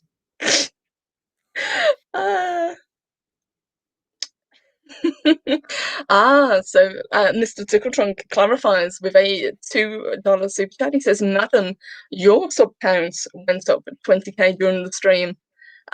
I would be absolutely over the moon if that were the case. And then he sends in another one. He says, correction, 11k. Sorry, my sticky math hard. You've gone from, I think, 1.25 to 1.41. Wow. Thank you, guys. Thank you. Welcome. Damn. Nearly 200. You guys are I think he's got his hundreds and his thousands slightly confused. Just as a side note, I actually hated hundreds and thousands. You know, those horrible little sugar things that you put on ice cream. Yeah. I love them on cakes. Oh, you make the cake and then you got the icing, then you put the hundreds of thousands on it. And in the middle, you have a confectionery. You have like a Malteser or a jelly bean. Not a jelly bean, what they call you know the ones that look like a siren, like a jelly tot. Like the jelly tots are the round ones, yeah. But you can have a jelly tot. You know, that's what my mum used to do. The great stuff. We're gonna have to agree to disagree on that one. Wow, fucking women. We've nearly got to the end of these super chats. You guys have been amazing, but I can pull these ones up because they're still on screen. So, Canal's slippery sodomized poop tutor. Wow.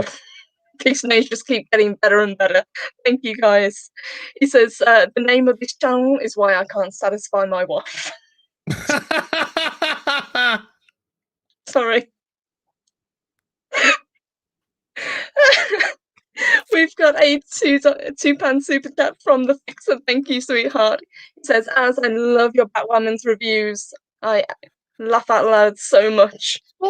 Thank you, Fixer. It's so great to see so many people. Let me see if there was a few more. Yes, there was. So we have got Olicization. with a £2 super chat. He says, when everyone is an evil Yahtzee, no one will be. Well, they don't want that. They need to have an enemy. Oh, yeah. Somebody's got to be blamed for something. But, yes. Well, then it gets reversed, and well, I won't go there. We also happen to Gina Carano. But I'm actually kind of heartened that also they will turn on each other so damn quickly and just kind of eat each other alive. So it's like, well, no real sympathy there, but yeah. Yitzy, thank you, sweetheart. He has tipped us a $12.16. And that is on Stream Elements. I'll have to check to see if there's a message, but thank you, my love. Let me just see if there is one. Appreciate you. Thank you. Let us be checking. And thank you for hanging out, as we really appreciate it. No problem. He did send us a message. He says, here's the €10 my ex-wife can't get a hold of. Thank you both for making the evening better and improving my mood ever so slightly. Oh, you're welcome, sweetheart. You're welcome. And just as a side note, Yitzy is the talented artist who made my avatar. So whenever you see this avatar, that is his work. So thank you for that. Look at the fun bags on that. Yes. We like boobs, what can I say? And we have got another super chat for $2 Canadian. It says, my cold heart melts every time you say sweetheart. Well, thank you, sweetheart. No. You'll hear that a lot from me. That's what I call people. I call people sweetheart, or I say love, or, it's just what I do. Do it in the chats as well. So whenever anyone sends us a super chat, it's like, thank you, love. Appreciate it. And Dreaded Swan with a £4.99 super chat. Thank you again, sweetheart. You've been awesome. It's tea cake. Also, correct. Do you watch Rate My Takeaway? What a lad.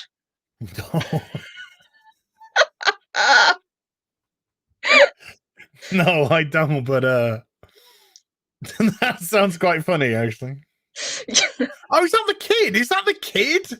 Like, he puts on a suit or something, and he's just like this, like, quite skinny kid.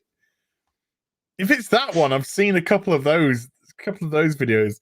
I was very disappointed with the. I've seen a couple of those. They look funny. Oh my god! Very disappointed with the fries. Very disappointed. Very. What can I say? But thank you. Thank you for joining us. Thank you for having me.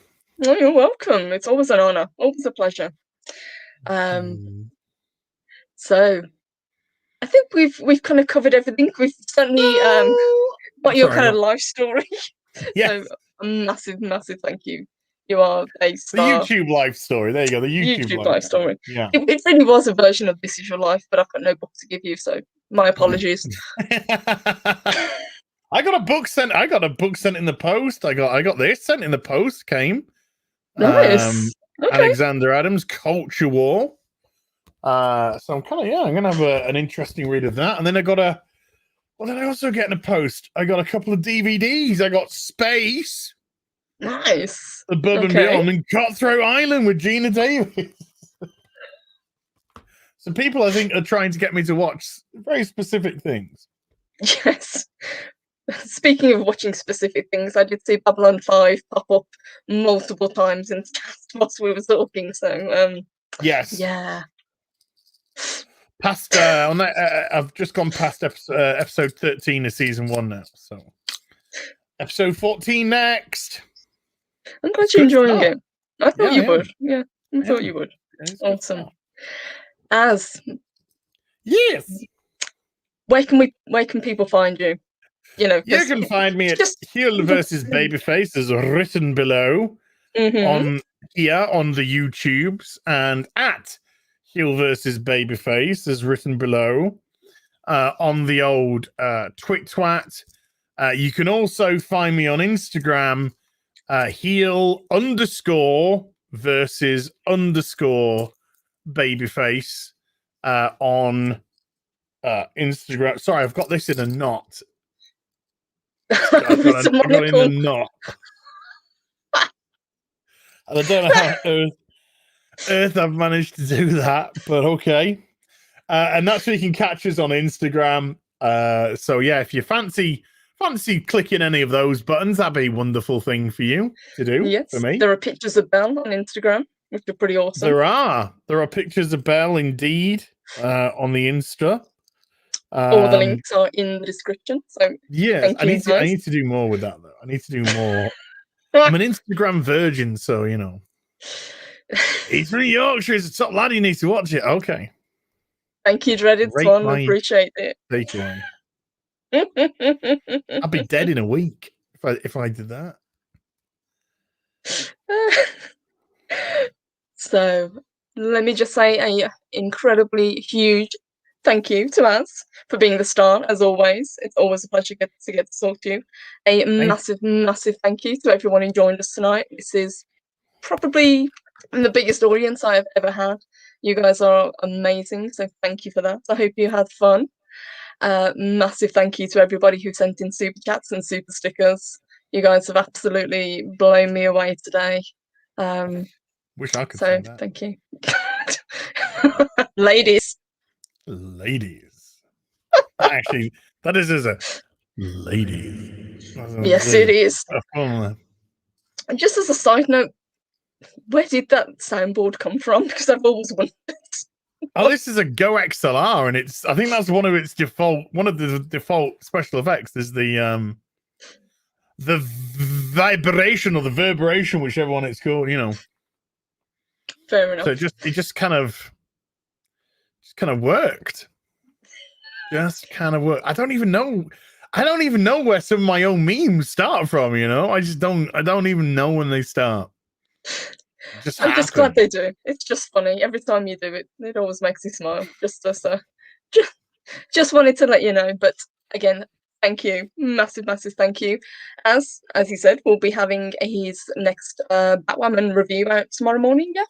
Yes. And then Tuesday, check that one out. Yeah, Tuesday up on Gary's channel with The Real BBC. Wednesday, I'll be Robert Meyer Burnett's channel with a fully articulated. Thursday, I think I'm going to be over on Mandy Summers' channel for her 5K celebration. And then Friday is Friday Night Swites. Heck yes. Yes. Yeah. So another busy week. So basically, you can, if you search for him, you could probably find him somewhere. You get about. What can I say? Guess about. Thank you, guys. Massive thank you. He puts it around a bit. I will be back tomorrow morning, 10 a.m. Central, as usual. So I hope everyone has a fantastic rest of the day. Have a happy weekend. Again, massive thank you to everyone who joined, everyone who subscribed, and everybody who gave super chats. And most of all, thank you to us for being a fantastic guest as always. Thank you for being a very gracious host. Oh, you're welcome. Thank you, guys. Have a wonderful day, and bye. Mwah.